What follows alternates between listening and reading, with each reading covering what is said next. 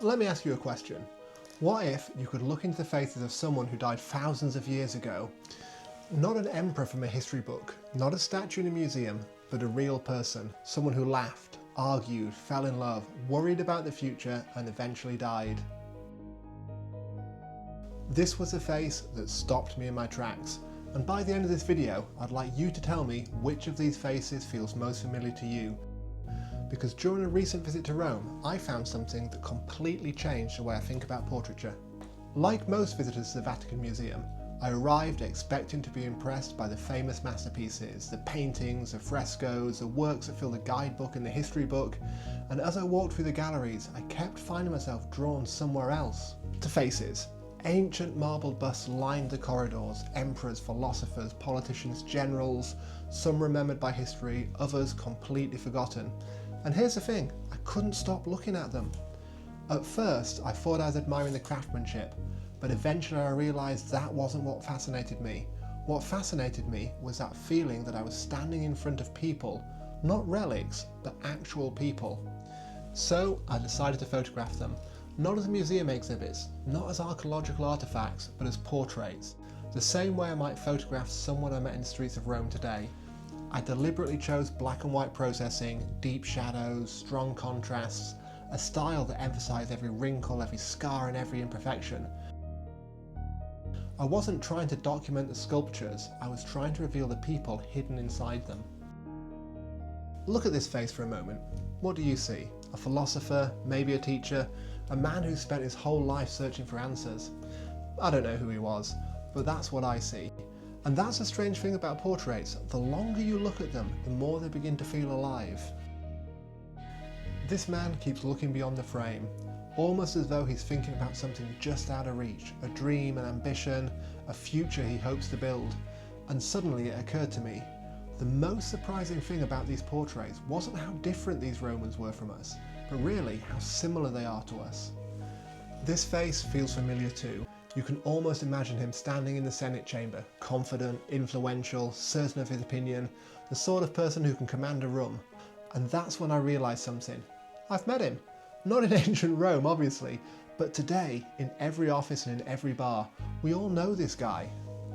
This man looks tired. Not physically tired, life tired. Like someone who's seen enough to know how the world really works. Maybe I'm completely wrong, but that's what portraiture does. It invites us to imagine, to connect and to wonder. As I moved from portrait to portrait, I found myself recognising people I've met throughout my whole life.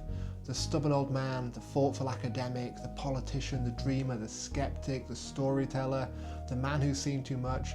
2,000 years separated us, and yet somehow they felt really familiar. History has a way of making people feel distant. But these faces remind me that history wasn't made of moments, it was made by people. People who worried about their future, people who had ambitions, people who loved, lost, laughed, suffered, lived. People whose entire lives have now vanished, other than these small fragments of stone. Perhaps that's why this one stayed with me.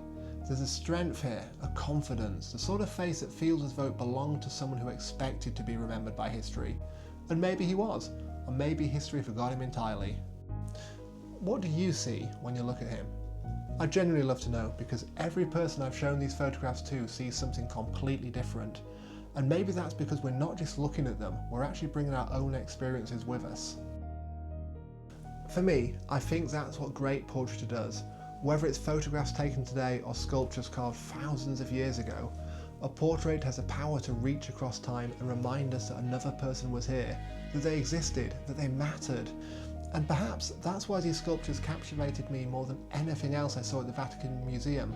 Because in a museum filled with some of humanity's greatest artistic achievements, I found myself stopping again and again in front of 9 silent faces, 9 strangers, 9 lives, 9 reminders that people of the past weren't nearly as different from us as we like to imagine they are. Of all 9 portraits, this is the one I keep coming back to. I don't know his name. I don't know what he did, I don't know whether history remembers him at all. But somehow, standing in front of this face, he feels more real to me than many people I've photographed today.